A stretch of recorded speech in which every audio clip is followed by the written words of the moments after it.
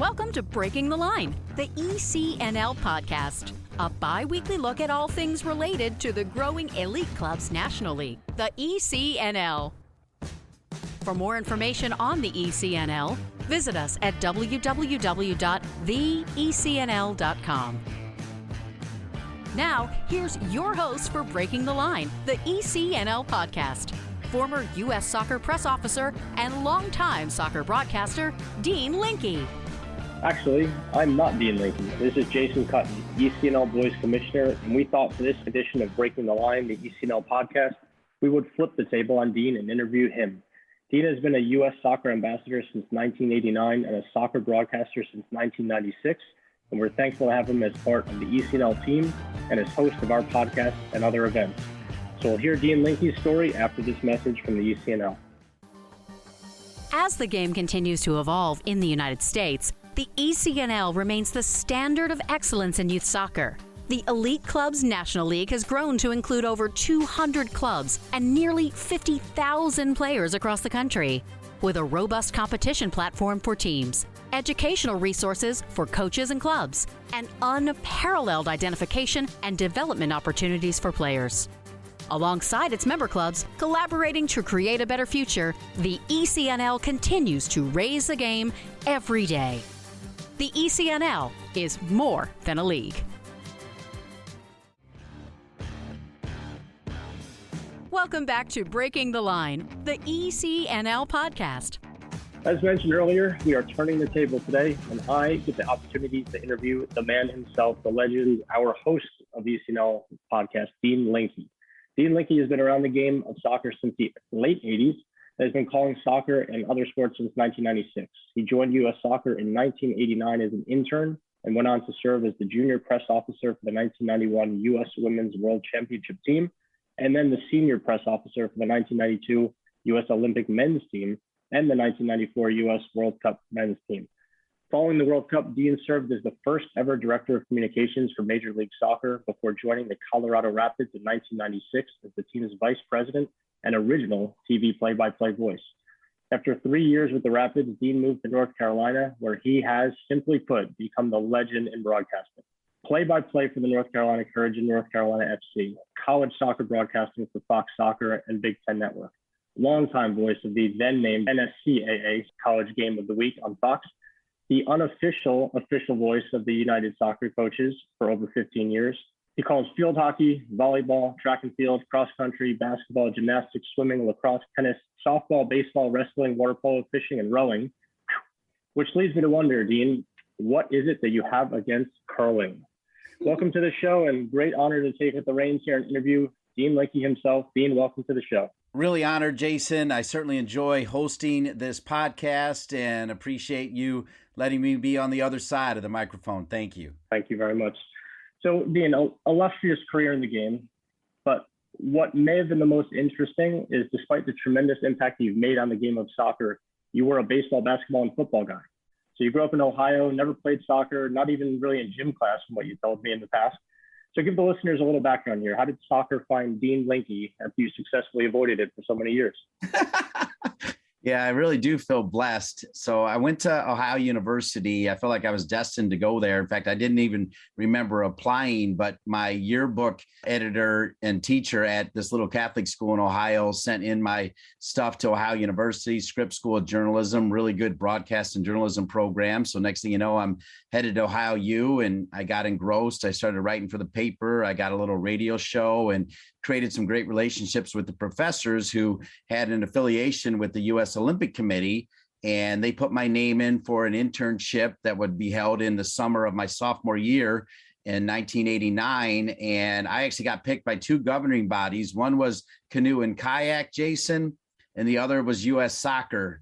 And like you said, I was playing football, basketball, and baseball, but I figured at least soccer had a ball. So I said yes to U.S. soccer. And if you think about 1989 and that time, I mean, it was just amazing. The U.S. team was getting ready to qualify for their first World Cup in 40 years. Anson was putting together the women's team. Alan Rothenberg was in the background getting ready to take over. And you just talk about being lucky. I was lucky and feel blessed ever since for what soccer has done for my life and for my family. I met my wife through soccer as well. So it's been very, very good to me. Well, no doubt you definitely joined U.S. soccer at arguably one of the most interesting times in the game's history in this country. But most impressively, you dove right into some major moments in the game's development, not knowing that you'd play probably keynote roles in those major milestones in the game.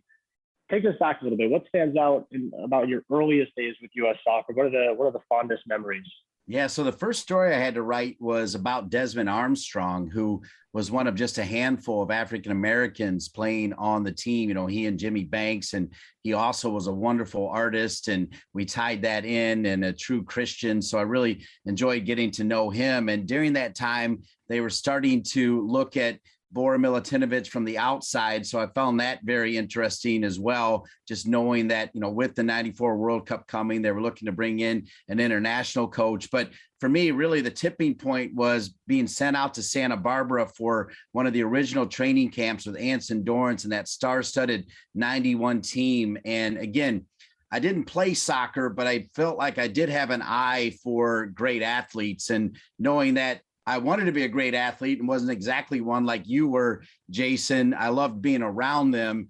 And Anson held a meeting with the team, you know, and in that room is Michelle Akers and Karen Jennings and April Heinrichs and Mia Hamm and Christine Lilly and Julie Foudy and Shannon Higgins and Lori Henry and Lyndon Hamilton and Brandy Chastain.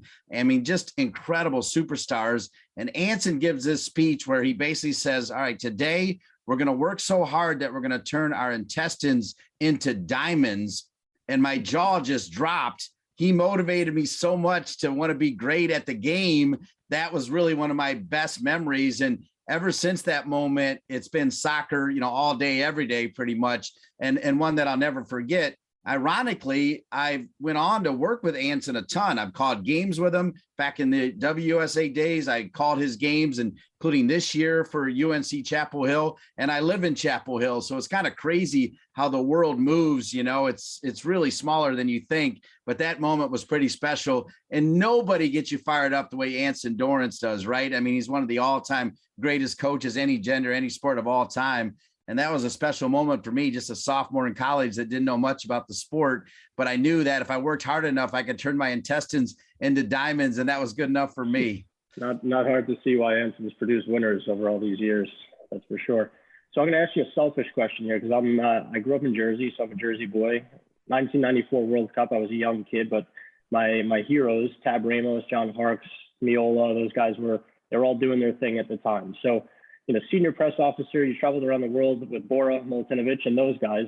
I can only imagine the stories, but if you can, just share one story about one of the Jersey boys for me, if you can. Any one or two stories, anything that you think was the most interesting at that time.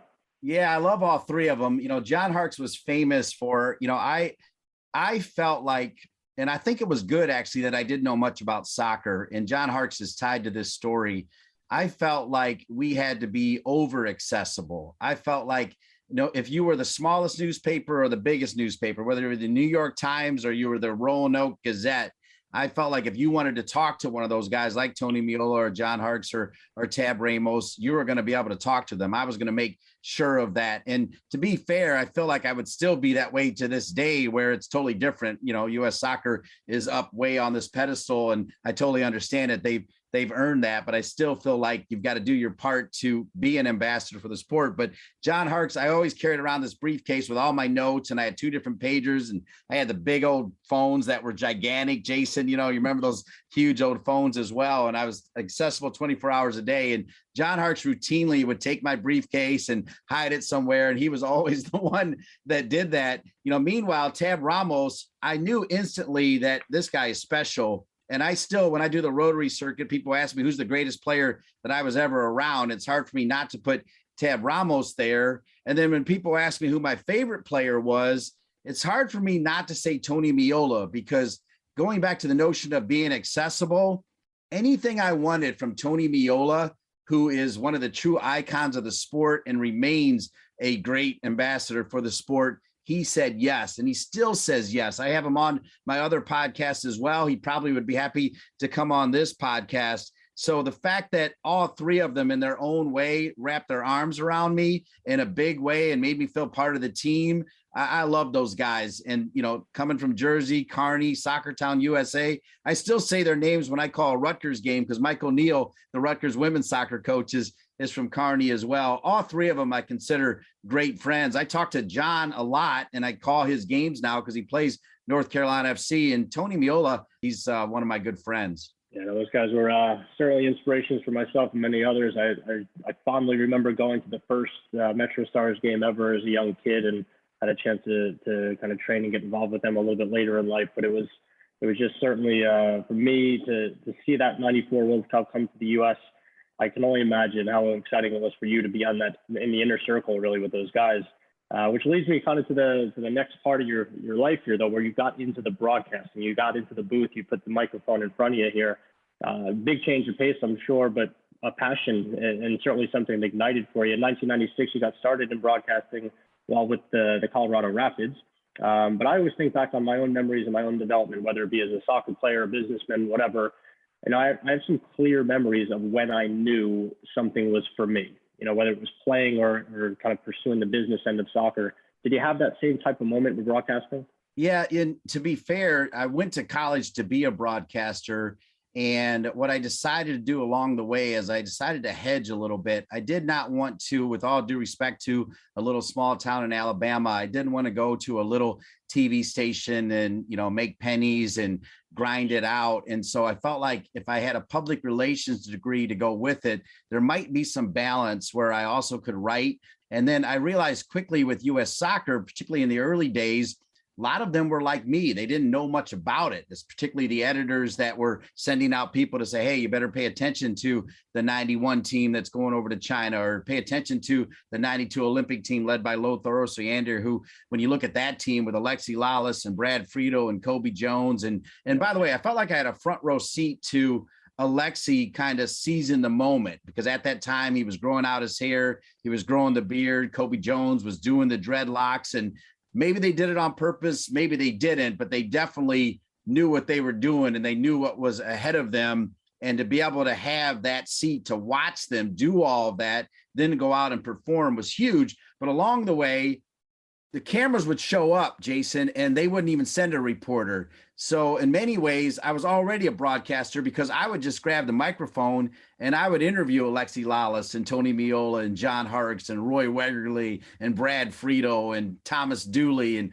Ernie Stewart and Eric Winalda. And I know I'm name dropping, but it was fun to be around the best of the best, which I think gave me a pretty good eye for what it takes to know what is good soccer and what's not good soccer, right? So I'm already kind of sort of getting that fix, right? Because I'm doing all these interviews. I'm emceeing all these press conferences, massive press conferences for the U.S. team all over the world, really. Everywhere we went, I would run them. So in many ways, I'm kind of a mini broadcaster, right? Without being on TV, but I have the microphone in front of me. So it was a natural progression. And then when I went to Major League Soccer, for all 10 teams, they would send me out. I would run that press conference. When they announced the signing of Tab Ramos and Jorge Campos as the original players in New York City, I ran that.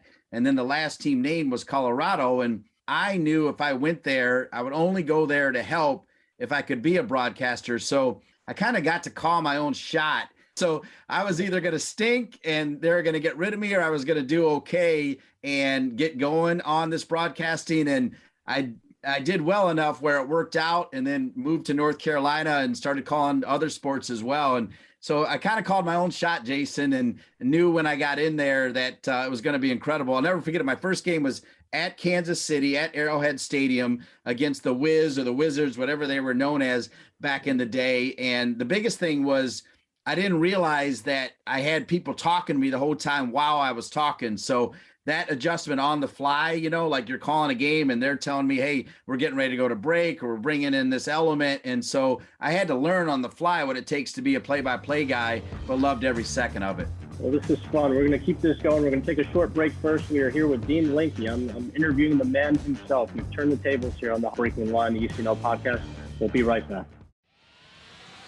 Nike is a proud sponsor of ECNL Girls. Nothing can stop what we can do together to bring positive change to our communities. You can't stop sport because hashtag you can't stop our voices. Follow Nike on Instagram, Facebook, and Twitter. Soccer.com is proud to partner with the ECNL to support the continued development of soccer in the U.S. at the highest levels. We've been delivering quality soccer equipment and apparel to players, fans, and coaches since 1984. Living and breathing the beautiful game ourselves, our goal at Soccer.com is to inspire you to play better, cheer louder, and have more fun. Visit Soccer.com today to check out our unmatched selection of gear, expert advice, and stories of greatness at every level of the game. We are back here with the ECNL Podcast, Breaking the Line. I am Jason Kutney, the boys' ECNL Commissioner. I get the opportunity today to interview our host, Dean Linke. So just before the break, we went into a little bit of the background here on Dean's early days in soccer, how he initially got into the game that he didn't love so much when he was born for some reason. We'll get over that at some point here in the call. But I do think we need to talk a little bit more about Anson Dorrance, right? And Dean has a lot of experience with Anson. He was in the inner circle in the earliest days of U.S. soccer with the best teams that we've really ever had, I think, in my opinion anyway, on the women's side. And Anson's a big part of that. And, I had the opportunity a few years back to get to know Anson.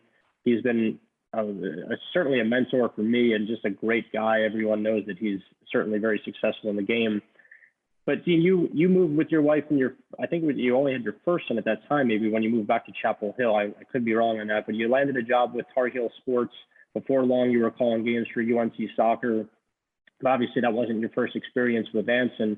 So when you think of soccer in this country, you think of UNC women's soccer, and you think of Anson. You've been in there. What is it about Anson that breeds success? Well, the first thing, he is actually genuine, and he has time for everybody. And he's a man that doesn't necessarily have to have time for everybody, but I've witnessed it. I witnessed it back in 91. I witnessed it when I moved to Chapel Hill in 99, and I feel like I witnessed it more and more now as he's 70 years old, where I can pick up the phone anytime and he always answers, "Yo, Dean," and always has time for me to this day. I've been working on a project with him called Vision of a Champion podcast that I think is one of the best podcasts out there, with some of the most amazing athletes to ever play the game on the women's side that open up more than they ever have because of Anson. I mean, how many people get Tobin Heath to really, truly open up, and even Carly Lloyd? Well, Anson does. He just has that ability for people to open up and give their best.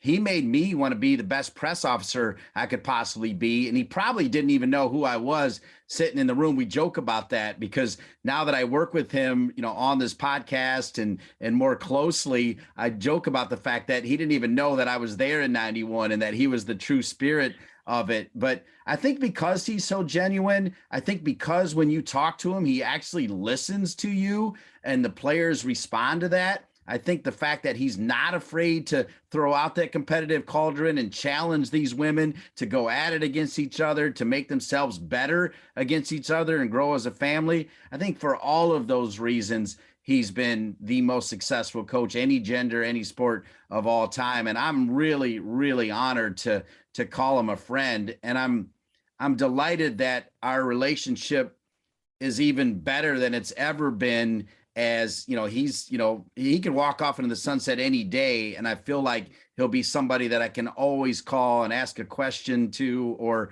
lean on for guidance, and I treasure that. Well, he certainly has a way about him. I mean, I agree with everything you just said. From my very far less experience with Anson, I wish I had as much as you had with Anson, because every time I got to talk to him, I felt like I was a smarter person coming out of those conversations, and ready to kind of run through that brick wall for him, and I wasn't even playing for him at the time. So I can only imagine being in there and what those players experienced.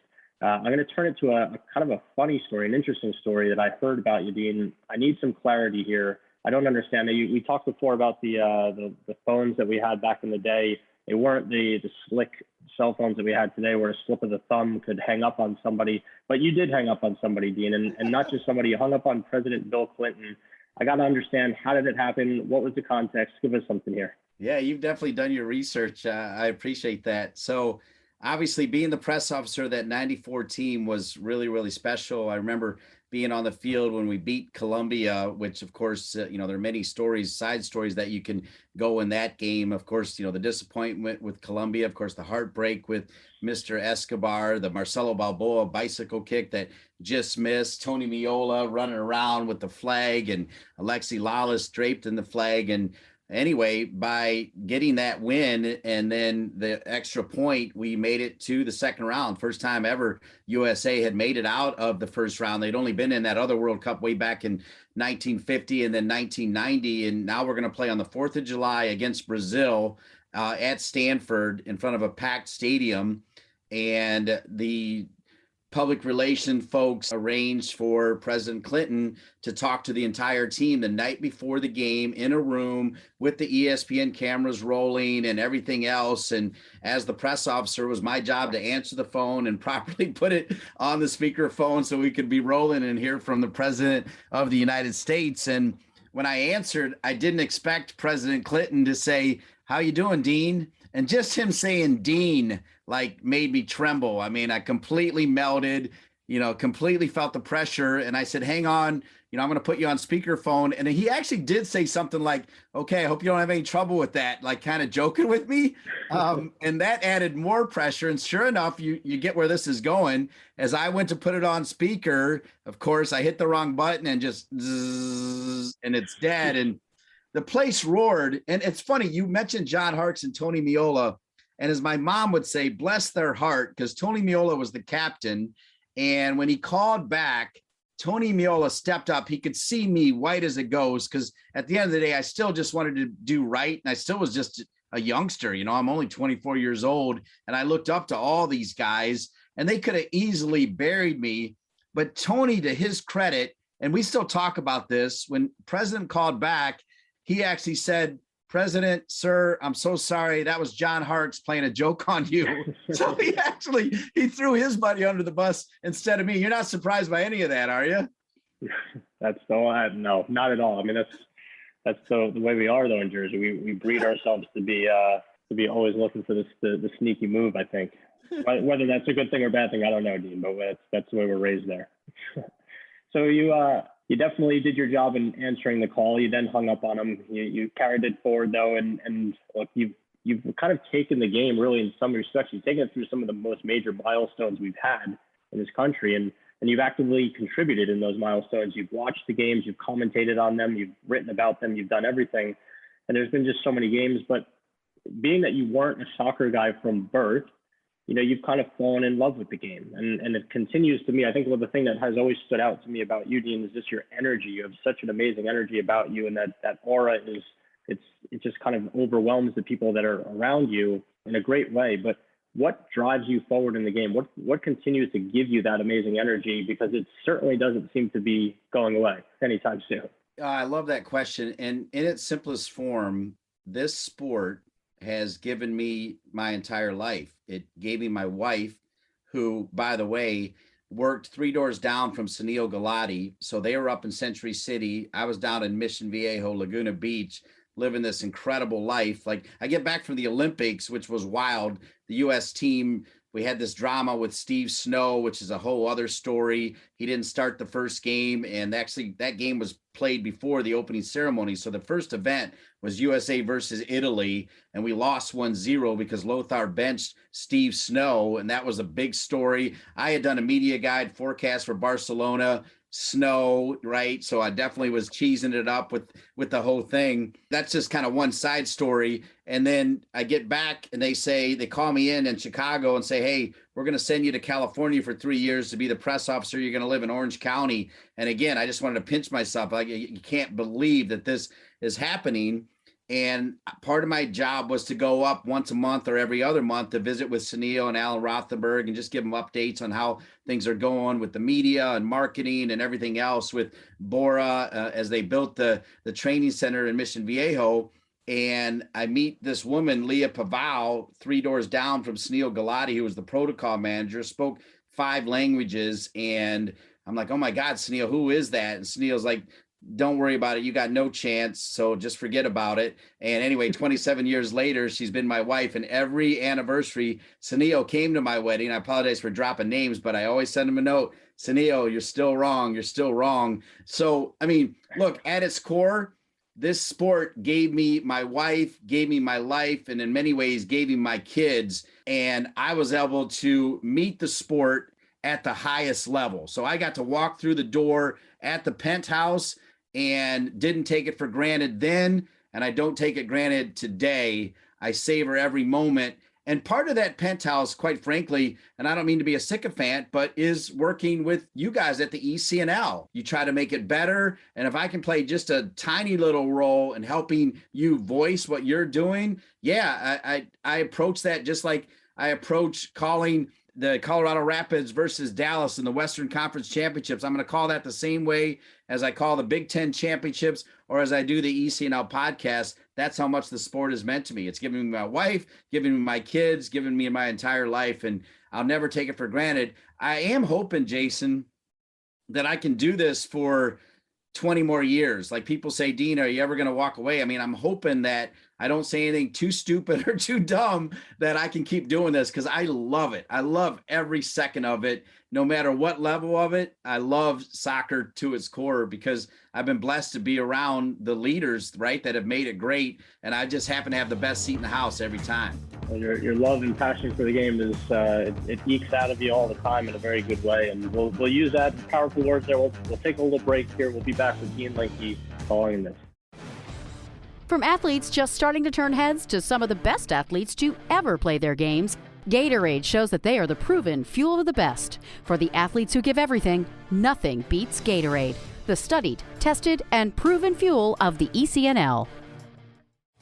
ECNL Boys is partnering with Puma for the 2nd year, driving sport forward with the leading products and the next generation of pros who wear them. Puma has proven themselves as the fastest sports brand in the world, the fastest innovation, the fastest players, and the fastest products in the game. They're the perfect partner to complement the speed and talent of our teams.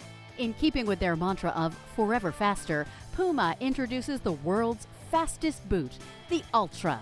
The only boot engineered for speed, the Ultra combines a woven upper with a lightweight outsole for direct forward motion, speed, and acceleration. It's the best in the game, designed for the best players in the game.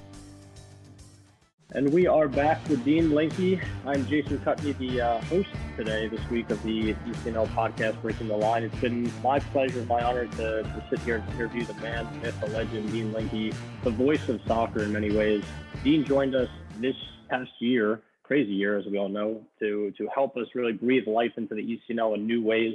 One of those ways has been a podcast. And we've had a lot of guests on the show, certainly interesting guests that all have they've impacted the game in a number of different ways. But the beauty of it is the people. And Dean was just talking about the people that he's met through the game of soccer, including his wife, and how that, his involvement with soccer has changed his life. I can relate to that in some ways. And I went to school at Duquesne University where I met my wife there. And, it's just by nature of being an athlete. She was an athlete as well. And we met each other. And long story short, we actually met each other in an ice bath. So, there you go. Top that, Dean. But we seem to meet people in the game of soccer that make lasting impressions. I think Dean has certainly done that.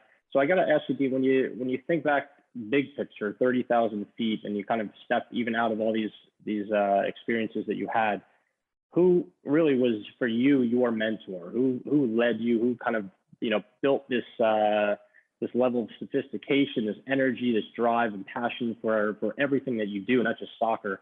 Who instilled that in you? Yes, I love that question because I'm pretty certain I've asked that same question to probably more than 500 or so people, having done so many games and so many podcasts. And I love asking about mentors and memories. So I appreciate this question for sure. I think for me, my grandma comes to mind right away. She passed away a long time ago, and I know she would have loved to see me calling games, but she challenged my brain all of the time, even as a youngster, and she made sure to get me out of my comfort zone at an early age. she would enter me in spelling bees, even in elementary school. And I must admit, I'm unabashed when I say I won a lot of them, but also when I did not win them, I was not a good loser. I'm still not a great loser, but she taught me so much about giving everything I have and everything I do. My dad, for sure, has to be the hardest working man I know. He is the only college educated person to come out of his family. He was an engineer for Champion Spark Plug in Toledo, but he also was an architect and would draw houses for a lot of people in our little Ohio town and only charged $15 an hour. He still does that. Just a man with a great work ethic and a massive heart. Both my parents made sure I always worked hard. I think I was a paper boy for like 16 years, Jason, mowed lawns, always working. And they both also made me get out of my comfort zone. They insisted that I play a musical instrument. This is something that few people know. And they had a friend who taught the accordion. So I did it. I didn't love it, but I did it. And I ended up winning a bunch of awards, traveling all over the country. I would play at churches, and I can actually still play it. And I usually get it out around Christmas. So there's an image you and Christian Lavers and the ECNL gang might not be able to shake me playing the accordion. But, really when I think about mentors, and I like to call them tipping points, I think the biggest tipping point for me that shaped me actually came in the 8th grade when I went to the Bowling Green State basketball camp. And I met these 3 dudes at the camp who went to Fremont St. Joe. It's a small little Catholic school about 20 minutes from my hometown. And they were just the coolest kids, super nice, fun, but competitive. And I came home from that camp and told my parents that I wanted to go to school with these kids. And they said, well, first of all, you're not Catholic, Dean, and it's 20, 30 minutes away. And I said, I know, but I don't care. These are the kind of people that I want to be around. And again, this is the 8th grade. And you know what? My parents made it happen. And I kid you not, I was in all of their weddings. All 3 of them were in my wedding. And we still talk and get together every year. That was an important move for me because they were the right kind of people to be around, with just great souls. I had a great teacher at St. Joe that got me into Ohio U, a great professor at Ohio U that helped me get the U.S. soccer internship, and then guidance from John Polis, Kevin Payne, Hank Steinbrescher, Sunil Gulati, and especially Bill Nuttall at U.S. Soccer really helped galvanize all of this newfound excitement I had for the sport of soccer. And I just try to keep on trucking, making sure that I put the maximum effort into every game, every podcast, every town hall, every opportunity. I try not to take any of them for granted and value every chance to promote the game from, as I said earlier, the best seat of the house. And I really thank my parents and my grandma for giving me that drive. Oh, that's great. It's awesome. I can relate to that in many different ways, but also the same ways. Well, I'm gonna rattle off some questions at you here, Dean. So we're gonna kind of go spitfire, just one after the next. We'll try to keep each answer as short and as precise as possible, because we're just gonna put you on the hot seat here. In no particular order, I've just assembled questions that I'm going to throw your way. See if I can to get you either stump you, choke you up, do something. I don't know what's going to happen here, but we're just going to give it a whirl here. So quickly, number 1, scariest moment you ever commentated on in the game. Anything that you've seen in the game? Well, the scariest moment around the game, I wasn't commentating on it, but it was when Tab Ramos took that elbow to the head against Brazil the day before I hung up on President Clinton. And then I remember Bora at halftime, like shaking Tab saying, can you play? Can you play? And his skull was fractured, and he might have really not been the same player after that as well. That was definitely the scariest moment. As a broadcaster, every day is a little bit scary. I mean, a lot of people go to bed dreaming or having a nightmare about missing a test back in school. I dream about saying the wrong thing or offending somebody. So as a broadcaster, I always feel like you got to be careful. So really every time I step in, there's a little bit of nerves because you never want to say something wrong. The players feel that as well, right? Most inspirational moment you've ever seen in the game? Most inspirational, I always think about Michelle Akers in that 1999 World Cup. She had that illness. It was hot. She, by the way, is without question my favorite USA player of all time. It's I always say Michelle Akers when people say who was your favorite player, men or women. I just think she was an absolute beast, could strike the ball like a man and just just poured her heart into it. And she's still my favorite. And her giving every ounce that she had in that game and every game will always be an inspiration to me. Best place you visited through your days with U.S. Soccer? Wow, we had some fun trips with some great people. I think, my favorite trips for the U.S. team were to Saudi Arabia, Hong Kong, Japan. Monaco was awesome. Morocco was awesome. Barcelona for the Olympics. And I think the top moment was being at Azteca a couple times in Mexico in front of 104,000 feverish fans. Hard to find a better atmosphere than that. Favorite book? Any book that's motivated you? Yeah, so Vision of a Champion by Anson Dorrance is my favorite book, and I've been able to break down every chapter with guests as well. So going back to Anson, Vision of a Champion is one of the great all-time books, and he just did an audio version of it. If you ever get a chance to read that, it's captivating. And last one here. Your dad, you mentioned before, is a mentor for you and kind of an inspirational figure in your life. What's your legacy that you leave behind? I know you still got a lot ahead of you here in the game, but what's the legacy that you will leave behind to your kids through what you've done in the game and then to the general soccer population? Wow, really kind for you to ask that question, because I don't really look at myself as a man whose legacy is going to necessarily be remembered. But, as you ask it, I hope people remember that I love this game because of the people who played it, coached it, and people who propped it up to such a high level. It's amazing where the game is today. And they knew that every game, every podcast, every speech, every convention, banquet was important to me because I knew it was important to someone watching. And that always mattered to me, always does matter to me. And that I brought my best at every opportunity, that I loved every second of the ride, still do. I never took it for granted, never will. And that I was always grateful to be able to do what I always wanted to do. And that will never be lost on me. So I hope that leaves a mark in some small way, Jason.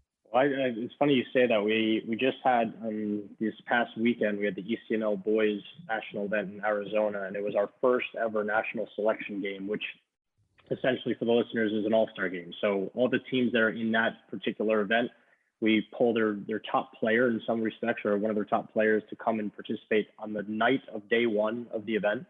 And they come under the lights and they play. And the unique thing about the game is that game takes place in the evening when no other games are taking place. So all the club teammates for these players that were identified and selected are coming out to watch. All the families, the spectators, college coaches, national team scouts, pro scouts. And we didn't know what to expect going into this particular game. It's the first one ever, right? The girls have done this before pre-COVID and just came out of COVID and ran their first one a couple of weekends ago. But for the boys, this was the first ever. And so we went into the event and I had the ability to speak to the players just about an hour and a half before kickoff, before the warm-ups really started. And I started thinking back on my own days and when I was 16, 17 and had some opportunities to go overseas with some of the U.S. soccer teams. And my first game that I was in front of a big crowd was at a little stadium in France. And there was probably 5,000 or 6,000 people at the stadium, enough to make you completely, out of your mind in terms of energy and excitement and nerves and you have it. But I didn't know what the crowd was going to be like. All right. I just didn't know. We didn't sell tickets, right? So we didn't know who was going to show up. But I sat down and I spoke to the players before, and you could just kind of see their excitement, their energy, their nerves were already starting to build.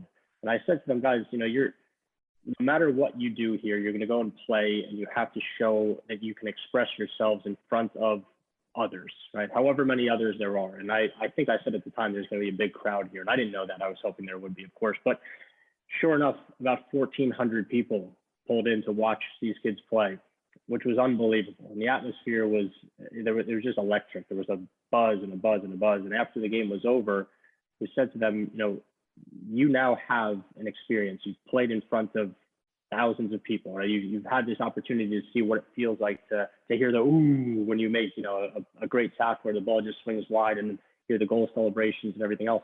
You now have to take that back to your teammates, right? You have to take that energy back. You have to help them through and see if you can get them to envision playing in front of 10, 20, 30,000 people. And if you can get your whole team to that point where they're all living that same dream on the field at the same time, you'll be successful. And I think, the beauty of what you've done in the sport is that you've been able to call all these games and breathe life into these games in a new way. Because, I think about Arlo White a lot of times. I go and I watch EPL games on the weekend, and without him calling the games, it's not the same. And you have that same thing. You've delivered that to the game, and you've impacted the game in a way that others, me as a player or as a club director or now an ECNL commissioner, I can never impact the game in the same way that you have. And so it's really an honor to have you on here. And I think I'll leave with this, Dean. When I've had the pleasure to get to know you primarily initially, at least through the Breaking the Line of the podcast here. And I can say that from the moment I met you, I did feel like we were old friends, and in many ways, the first time I met Anson, I had the same exact experience. And I've learned in my life that the best leaders have that quality. And I hope that one day I will have that as well. But you all make people around you feel welcome, feel important, heard, valued, et cetera, et cetera. It must be said that from all those things and much more, you're a legend in the game. You've impacted the game in unique ways. And many times people don't see all these ways. I'm starting to see them now. And certainly appreciate you being part of the ECNL family. I appreciate the opportunity to interview you here. This was, for me, I was stepping out of my comfort zone in doing this and interviewing the legend himself. So I'll wait for the notes and how poorly I did afterward. But this was certainly an honor and an honor having you on the show. I can't thank you enough for being part of this. And I'll leave it to you to close this show. Well, I really appreciate that, Jason. And I'm definitely far from a legend, lucky enough to cover a ton of legends. And again, as I mentioned earlier, the best seat in the house, something I'll never take for granted. Thanks for letting me tell a little bit about my story. And guess what? We'll see you in 2 weeks for another edition of Breaking the Line, the ECNL Podcast. Thanks for listening to Breaking the Line, the ECNL Podcast. For more information on the ECNL, visit us at www.theecnl.com. And if you have a suggestion for the show or a great idea for a guest, please email us at info@theecnl.com. Breaking the Line, the ECNL Podcast is an ECNL production. ECNL, more than a league.